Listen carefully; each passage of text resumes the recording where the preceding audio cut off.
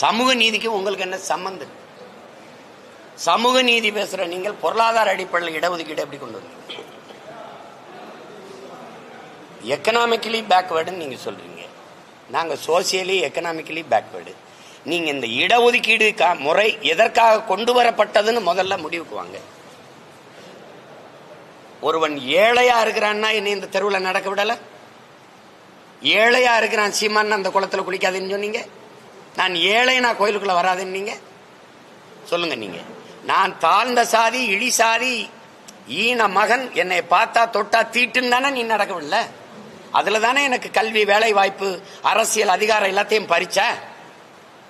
அதன் அடிப்படையிலே திருப்பி தாங்குற போராடி பெற்ற உரிமை தான் இந்த இடஒதுக்கீடு, வகுப்பு வாரி பிரதிநிதித்துவம்.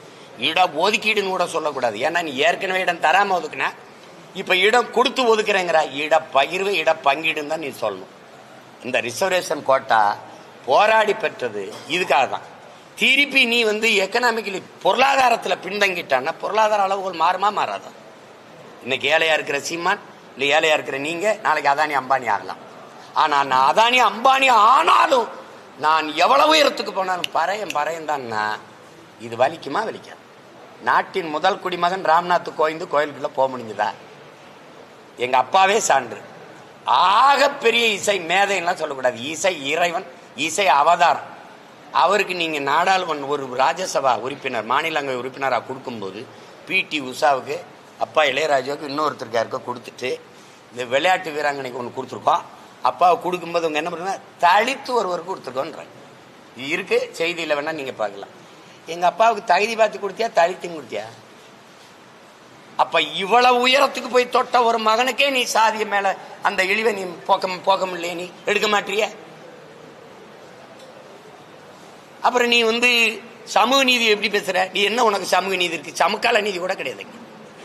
சாதி வாரி கணக்கெடுப்பு எடுக்குமா பிஜேபி? எடுக்க சொல்லுவாரா என் தம்பி அண்ணாமலை? எடுக்க சொல்லுவாரா? சொல்லுங்க. எடுக்குமா?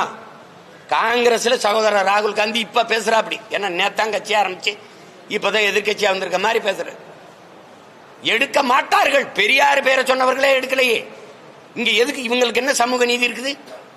தம்பி ஒரு கோட்பாடு தான், எண்ணி கொடு, எடுத்து கொடுக்காத, அள்ளி கொடுக்காத, அளந்து கொடு. இதான கோட்பாடு.